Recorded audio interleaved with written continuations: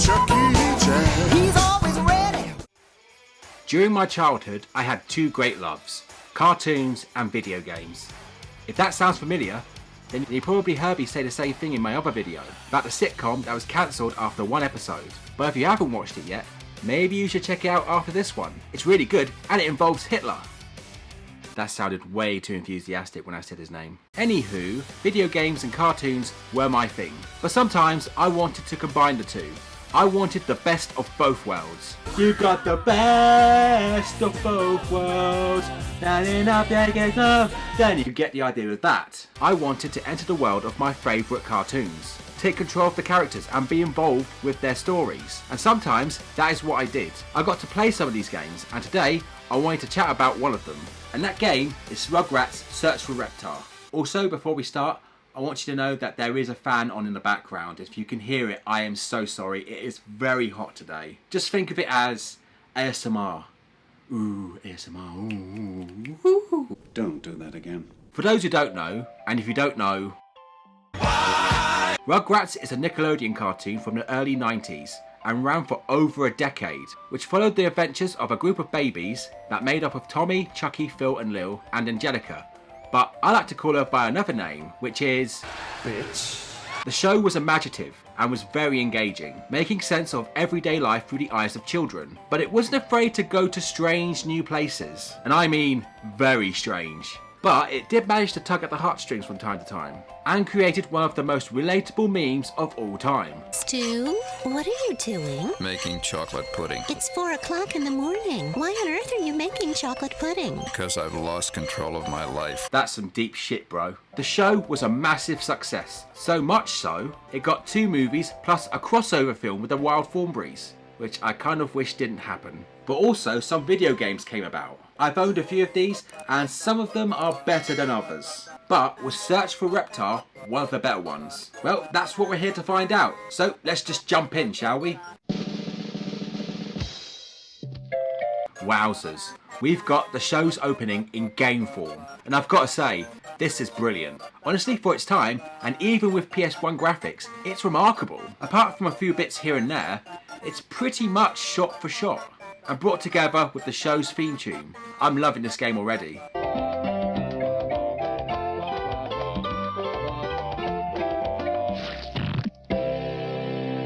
And now we're at the main menu, which I describe as very loud.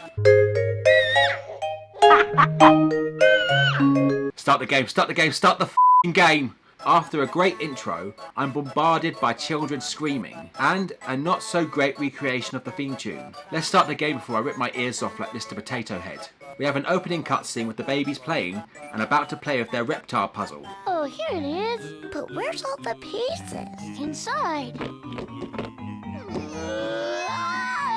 What's wrong? Either a lot of the puzzle pieces are missing, or it's the easiest puzzle ever. The pieces must be all over. That silent gap was so big you could fit a bus through it. What I like about this is that the original voice cast come back to reprise their roles for this game, including Elizabeth Day, Christine Cavanaugh, Nancy Cartwright, Tara Strong, among others, which gave this game a more authentic Rugrats experience. And the character models are good for the most part. You can definitely tell who the characters are. It's okay, kids. Here, have a ball.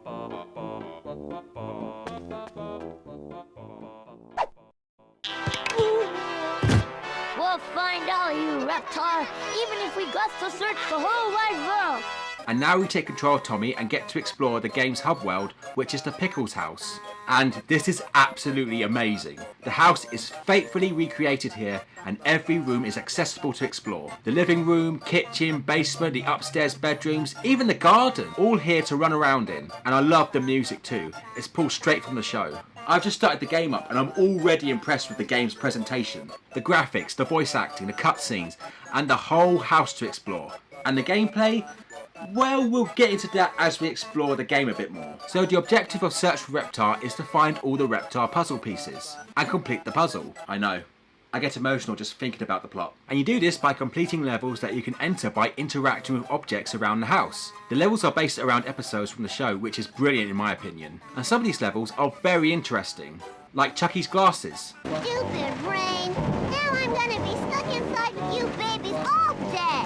Maybe we can find a nice game to play inside. Like what? Pin the tail on Chucky? Actually, that's a great idea. Come here, you specky ginger twat. So the kids decide to play hide and seek. But Angelica, aka Bitch. tells Chucky to take off his glasses so he doesn't cheat. So, as Chucky, you have to find the other kids and race them back to the playpen. It's easy enough, and as a kids game, it's fun enough too. Especially when you get to turn into Jeff Hardy and jump off the top of the stairs, which is hilarious. In Grandpa's Teeth, Tommy and Chucky have to find Grandpa's false teeth that was stolen by Spike. In the first section, you have to get through a maze, which gave me anxiety when I was a kid. But I can't remember why that was. Oh shit, the goose, off you feathered g***. Seriously, I've heard this moment is responsible for a lot of childhood trauma. I think it's the shock of it jumping out and the noise it makes. It's terrifying. And after all that, you get to ride Spike.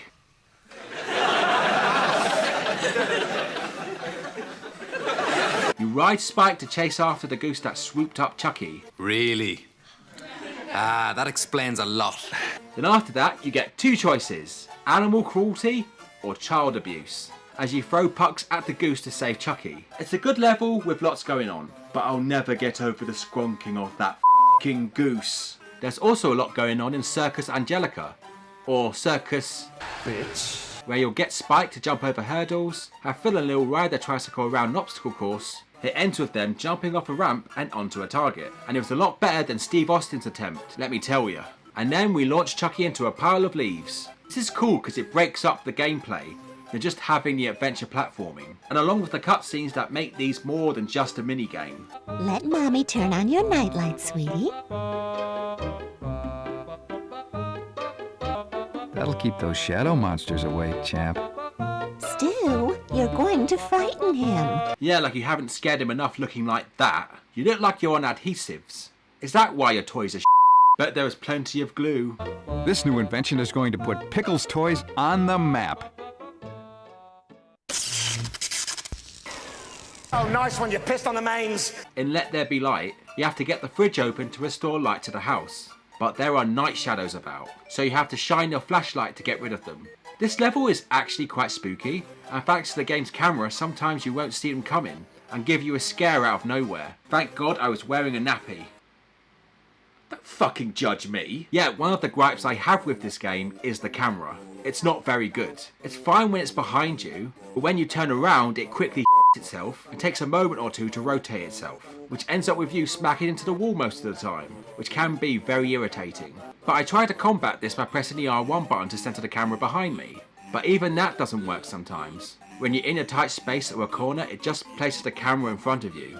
And that's not the only thing that grinds my gears about this game. Mirrorland can be a slog to get through. Basically, you have to collect balloons whilst walking on the ceiling. But to be fair, it's a kids game, and shouldn't be over technical. But whatever you do, Dee, don't look into it. You won't like what you see. Oh my God, my nose! I look like Michael Jackson! You also get to play mini golf, which is actually quite fun. And you can play this one with others, if you select it from the main menu. And like the rest of the game, each course looks brilliant with the Rugrats style animation graphics. But 7 Voyages of Cynthia is another level where the game shows its flaws. Controlling Spike to find Angelica's doll, Cynthia, can be a bit chaotic. The jumping is all over the place. You get caught on things trying to jump over them, or get on platforms to avoid taking damage in water, and sometimes you fall in because the jump reach is also all over the place. So the jumping is a bit of a mess in my opinion. Quick, we must find Cynthia. We only have just over 2 minutes to find... Oh, there you are. Here you go, bitch. No, wait, sorry. Bitch. That's better. But honestly though, other levels like the one in the supermarket and the toy store also have parts where jumping is a must. And it's the same here. Sometimes it doesn't even want to jump. Seriously, I press X before I get to the edge, and it just doesn't happen. You really have to line up everything before you jump. But even that is difficult with the unreliable camera. Even if you try to R1 the camera behind you, there's something blocking you from doing that. And picking up objects and throwing them at enemies can be a bit clunky. Like the object doesn't go where you want it to go, or even if you are on target, it doesn't register. Did Hulk Hogan have a hand in this? Look, I know it's a kids game and it really isn't that challenging for me, but the game mechanics and physics do need the same amount of polish as the ones for adults. Kids can get easily frustrated and walk away, and a kid's attention span is short enough as it is. But in saying that, the game is far from unplayable, and the game is very forgiving, so it balances itself out. What also helps is that it does feel like you're playing an episode of Rugrats. The details the makers put into this game is remarkable. Great recapturing of episodes to game levels, cutscenes with great voice acting, and the different ways they broke up the gameplay. There's no wonder why it sold over 1.4 million copies on PS1. It outsold GTA 2 for flip's sake. There's only one collectible in the game, and that is the Reptar bars. If you find 15, you get a puzzle piece. And with that, you can end up beating the game quicker. And you can also play challenges to earn more too. So with that being said, after finding all the puzzle pieces, you have one more level to play. You get to control the big green dino himself, Reptar, going on a rampage through the city, crushing cars, smashing buildings, burning stuff. I think it's a nice reward after all that. Getting to wreck shit as Reptar is quite fun.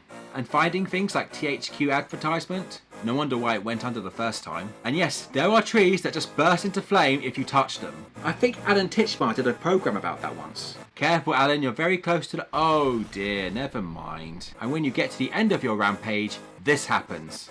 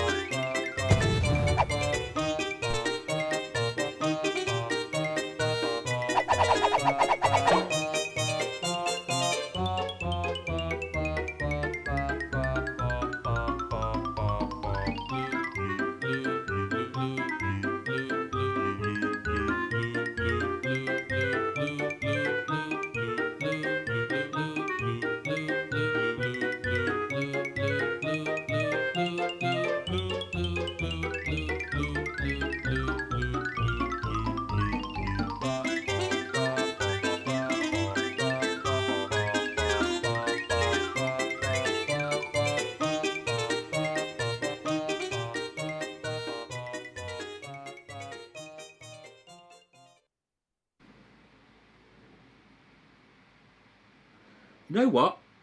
I'm not mad. This is the most Rugrats ending ever. So, I'm cool with it. And so the credits roll after that. And you know what? I'm not gonna lie. I had a blast playing this game again after so many years. The nostalgia is overwhelming at some points. Again, this game isn't perfect. The controls can be janky with a dodgy camera, and some levels are a bit tedious. But I do think Rugrats Search for Reptar does more things right than it does wrong. The presentation itself is worth playing this game for alone, being a faithful video game adaptation to a beloved cartoon, and I think it's one of the better games out there. And you could easily beat this game in under an hour with the help of Reptar bars, so it won't take up too much of your time, but it's time well spent in my opinion. If you're a fan of the show, I think you should give it a go. So what are you waiting for? Go search for Reptar, you rugrat. And that was my review of Rugrats Search for Reptar.